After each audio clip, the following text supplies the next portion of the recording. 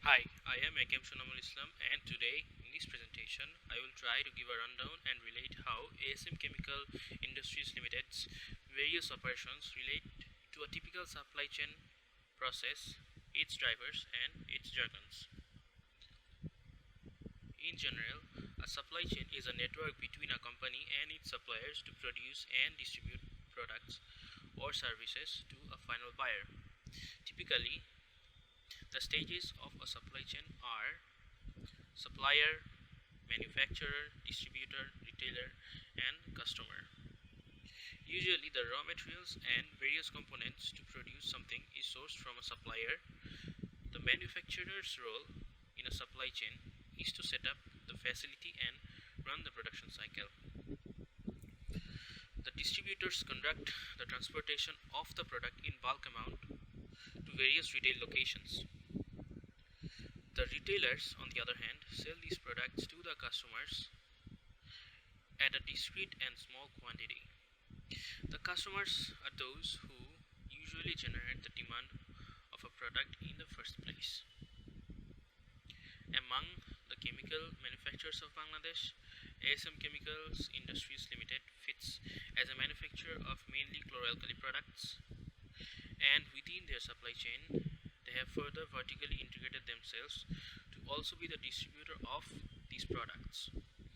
And as per their motto, all about chemicals, ASM works on a competitive strategy to manufacture and market all sorts of innovative and safe chemicals to serve the global market. And the journey toward their vision has started by the production of chloralkali products. Now, ASM Chemicals has to align this competitive strategy of theirs with their supply chain strategy to maximize the supply chain surplus. The supply chain surplus is the gap between how much a consumer wants to spend for his desired product and the cost of the product accumulated throughout the supply chain. Now, a company's supply chain strategy can either be responsive or be efficient depending on their competitive strategy. More on this will be discussed later in the information part. Now, there are six main supply chain drivers that help to achieve the strategic fit between competitive and supply chain strategy. Now, those drivers are inventory, facility, transportation, information, sourcing, and pricing. A factory visit is more related with facility, inventory, transportation, these three logistical drivers.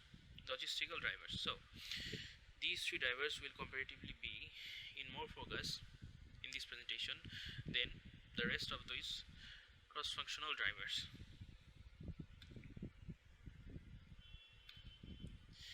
Inventory. A company holds inventory to keep a balance between lead time and customer demand and to achieve economies of scale. Inventories can be of different types: raw materials, work in process, finished goods, and so on.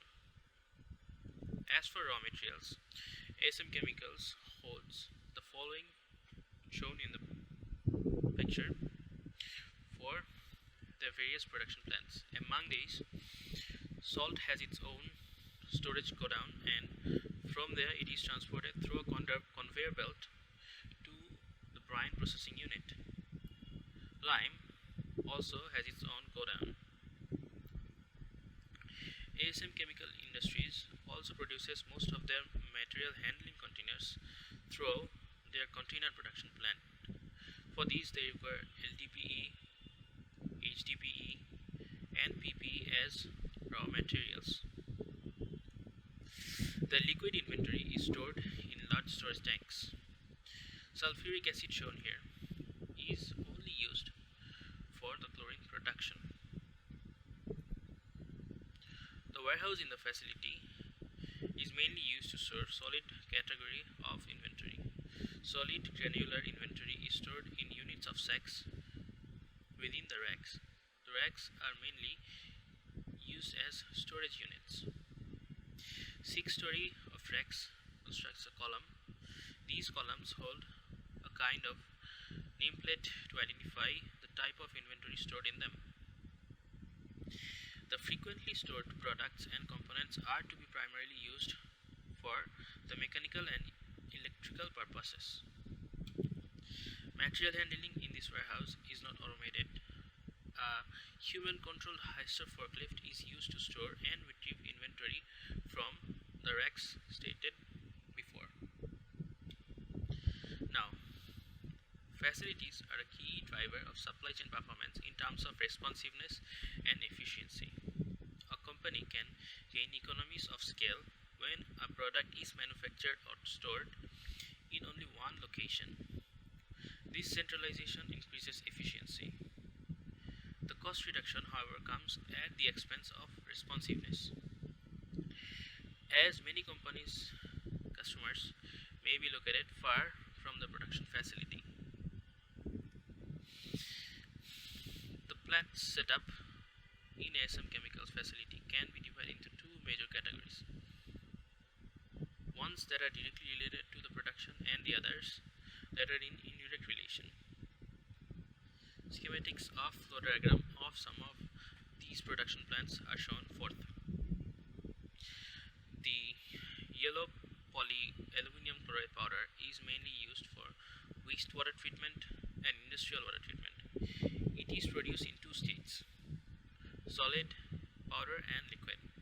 The finished good in solid state is stored in 25 kg PP woven bags with inner LDP liner, and the finished goods in liquid state is stored in 240 kg HDPE drums or acid resistance rubber lined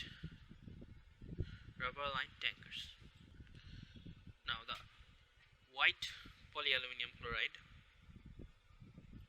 powder, on the other hand, is used for drinking water treatment and swimming pool water treatment. It is also produced in two states: solid powder and liquid. The difference in the supply of raw materials of these two plants is that white polyaluminum chloride production does not require any calcium aluminate powder. The chlorinated paraffin wax, or the CPW, has its use in PVC compounding, paint industry, rubber, leather, textile industry, and so on. After production, these are stored in steel or in plastic drams of 250 kg capacity as finished goods. The chloralkali products are manufactured in and around the caustic soda plant. The production of caustic soda also leads to the production of the byproducts such as hydrochloric acid, chlorine, and sodium hypochlorite. Due to the pandemic, demand of these byproducts has increased more than before, and thus in turn production has also increased. Now here you can see how chlorine is ultimately turned into compressed liquid and stored in liquid containers. The containers required for in-house material handling and inventory storage are produced in the container production plants, where the two types of plastic molding machines are used to manufacture containers such as jerrycans, drums, and their accessories.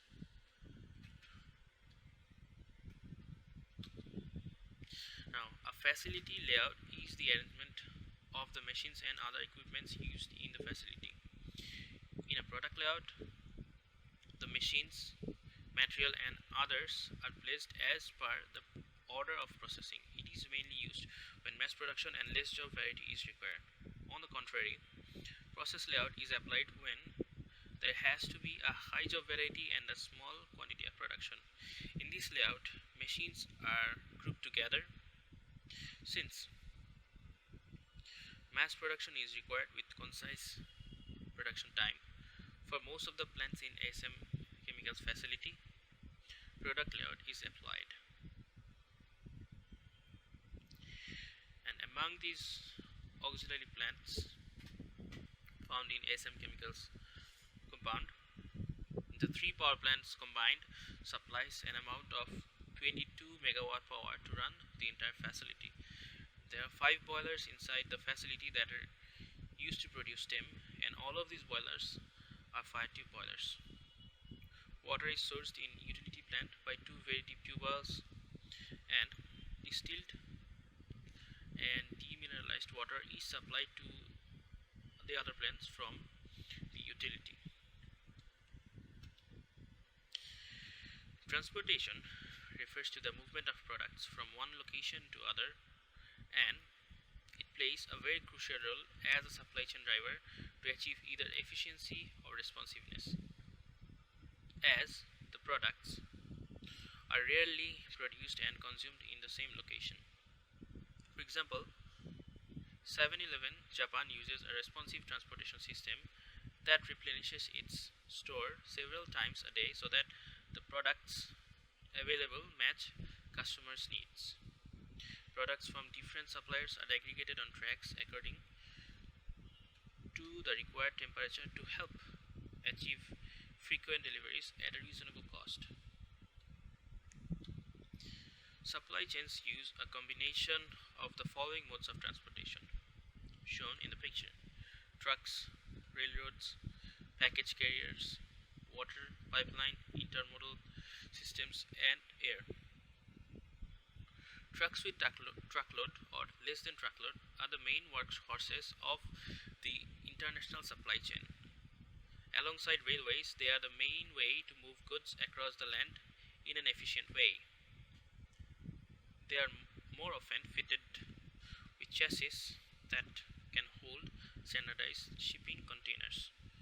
Trucks can get to places that other transportation methods cannot. Railways don't travel to all destinations, and air freight is expensive and limited by weight and available airports. This makes trucks the default choice for moving large quantities of goods. Trucks move more goods domestically in Bangladesh than railway, water, air freight, and pipelines combined. But moving goods by rail is often much cheaper, more efficient, and less environmentally damaging than sending goods by road. Specialized commercial cargo aircraft are used to ship freight quickly and efficiently between and within countries. Commercial cargo aircrafts typically loaded with unit load drive devices for moving air freight between airports. Due to the higher costs of air freight, it is often used only for the most critical shipping needs, and most supply chains will use it as a supplementary service after trucks and railroads. Aircraft excel in two main areas of transporting goods: speed and reliability. Aircrafts we generally see are the fastest way to get freight from one place to another. It is vital when time is an issue. Air freight is also more reliable than the other forms of transport, as aircrafts are less affected by delays than trucks. Large container ships and the other ocean-going cargo vessels are the primary way to move goods internationally. Ocean-going vessels include container ships, oil tankers, general cargo ships, and bulk carriers. Ocean-going vessels move goods between international ports in the global supply chain. These ships are designed for rapid loading and unloading and are well served by transport infrastructure for the rapid onward distribution of goods. Package carriers are transportation companies such as FedEx, UPS, and USPS, which are the companies that carry small packages ranging from letters to shipments weighing about 150 pounds. Package carriers use air, truck, and rails to transport time-critical smaller packages. Packages are expensive and cannot compete with LTL carriers on price for large shipments. The major service they offer shippers is rapid and reliable delivery. Thus, shippers use package carriers for small and time-sensitive shipments. Package carriers also provide other value-added services such as package tracking and in some cases processing and assembly of products. Now, pipelines is used primarily for the transport of crude petroleum, refined petroleum products and natural gas. A significant initial fixed cost is incurred in setting up the pipeline and related infrastructure that does not vary significantly within the diameter of the pipeline. Intermodal transportation is the use of more than one mode of transportation to move shipment to its destination. A variety of intermodal combinations are possible, with the most common being truck or rail.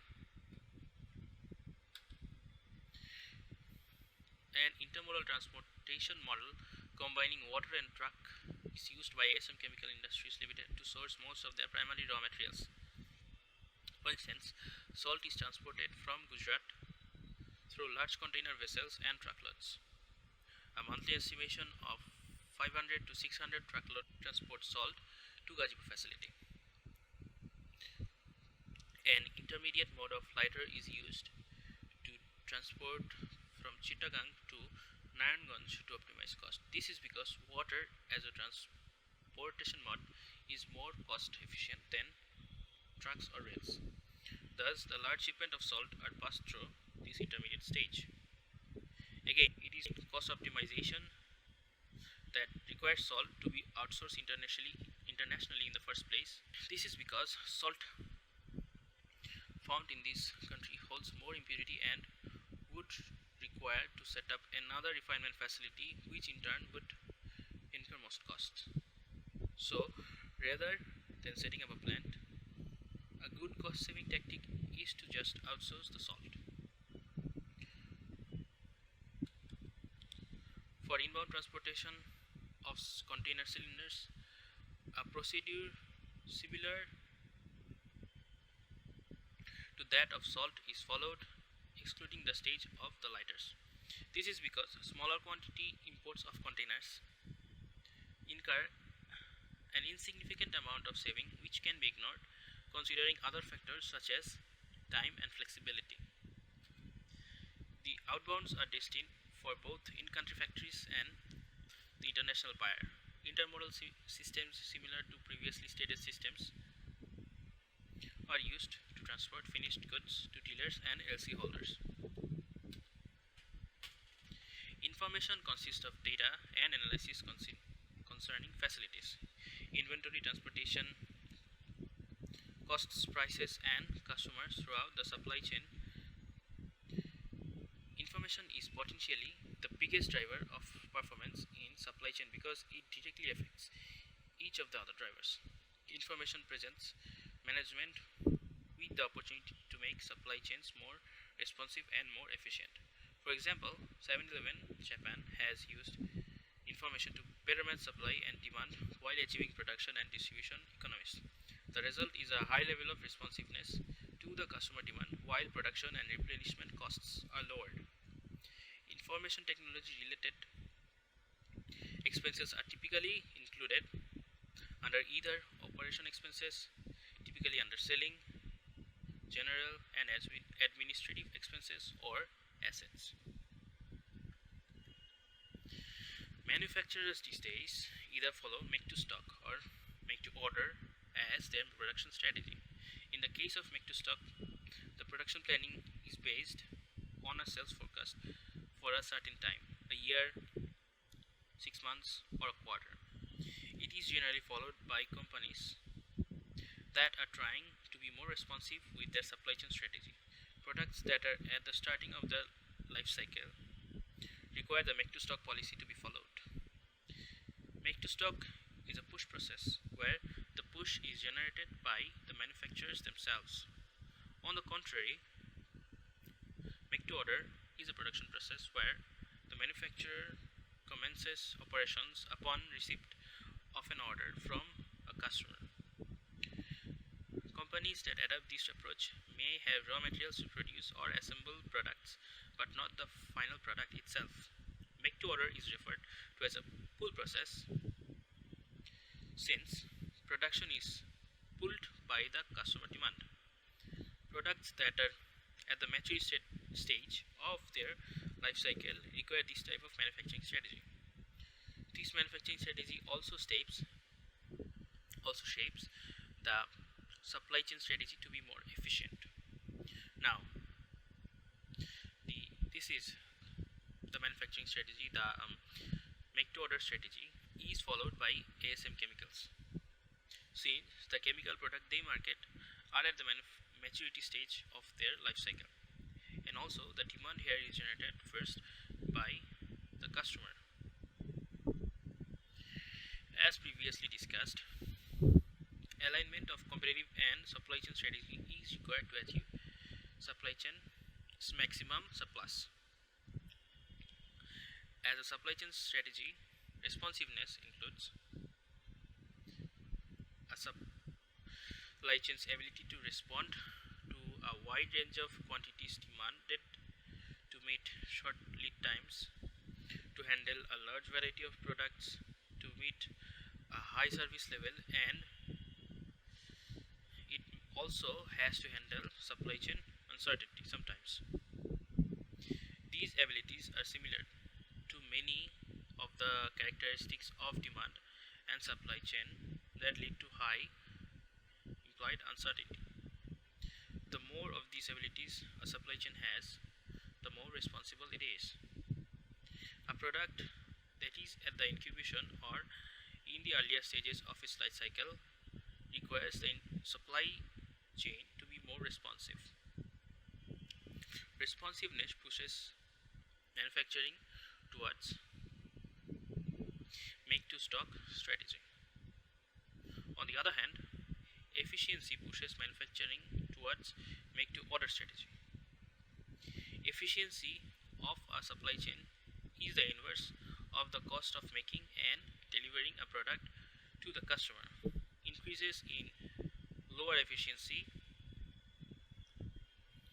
for every strategic choice to increase responsiveness.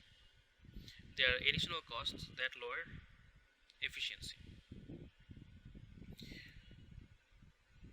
A product that circulates around the maturity stage of its life cycle requires the supply chain to be more efficient. All this information indicates to the fact that ASM Chemicals supply chain focuses to achieve efficiency. In today's age of technology and rapid communication, the standard way to hold inventory records should be through an ERP system. But the data storage procedures at the inventory warehouse of ASM Chemicals facility seems archaic. Inventory storage and retrieval data is still recorded through the means of physical record books and handwriting. Upgradation to an ERP system, or at least to basic digital documenting, is recommended here. While the physical data storage system can be a backup to that process.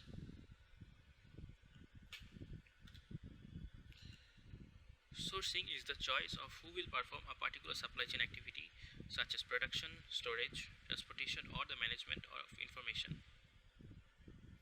At the strategic level, these decisions determine what functions a firm performs and what functions the firm outsources. Sourcing decisions affect both the responsiveness and efficiency of a supply chain. After Motorola outsourced much of its production to contract manufacturers in China, it saw its efficiency improve but its responsiveness suffer because of its long distances. To make up for the drop in responsiveness, Motorola started flying in some of its cell phones from China, even though these choice increased transportation cost.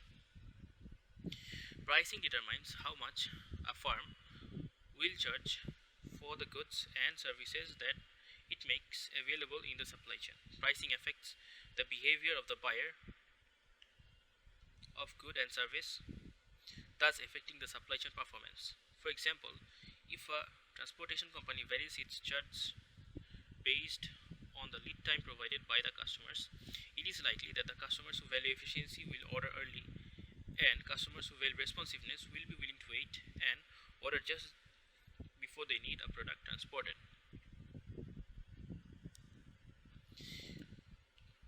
In a make to order manufacturing strategy, the buyer assumes all the risk of having more inventory than sells, while the supplier takes no risk. Indeed, since the supplier takes no risk, he would like the buyer to order as much as possible, while the buyer limits his order quantity because of the huge financial risk. And as the buyer limits his order quantity, there is a significant increase in the likelihood of out of stock. If the supplier is willing and able to share some of the risk with the buyer, then it may be profitable for the buyer to order more items, thereby reducing stock out probability and increasing profit for both the supplier and the buyer. This is called risk sharing, and there are some supply contracts that can enable this risk sharing, and some of these contracts are shown here already. A buyback contract ensures that the seller agrees to buy back unsold goods from the buyer for some agreed upon price higher than the salvage value. Clearly, this gives the buyer incentives to order more units, since the risk associated with unsold units is decreased. On the other hand, the supplier's risk clearly increases. Thus, the contract is designed such that the increase in order quantity placed by the buyer, and hence the decrease in the likelihood of out of stock, more than compensates the supplier for the increase in the risk. In a revenue sharing contract, the buyer shares some of the revenue with its seller in return for a discount in the wholesale process. That is, in this contract, the buyer transfers a portion of the revenue from each unit sold.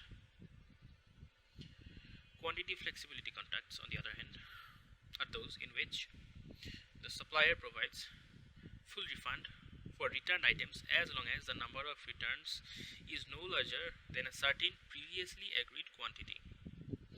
Ensuring the practice of some of these contracts by the sourcing department of ASM Chemicals Limited with its component suppliers would enable both parties to make more profit and observe an upswing in the supply chain surplus curve. Now, sustainability is based on a simple principle. Everything we need for survival and well-being depends either directly or indirectly on our natural environment. Sustainability creates and maintains the condition under which humans and nature can exist in productive harmony. This is why sustainability plays a very crucial role in almost every industrial supply chain of products. Integrating sustainability with supply chain leads towards green supply chain. The 3 R's of sustainability shown here, reduce, reuse, recycle, all help to cut down on the amount of waste we throw away. They conserve natural resources, landfill space, and energy.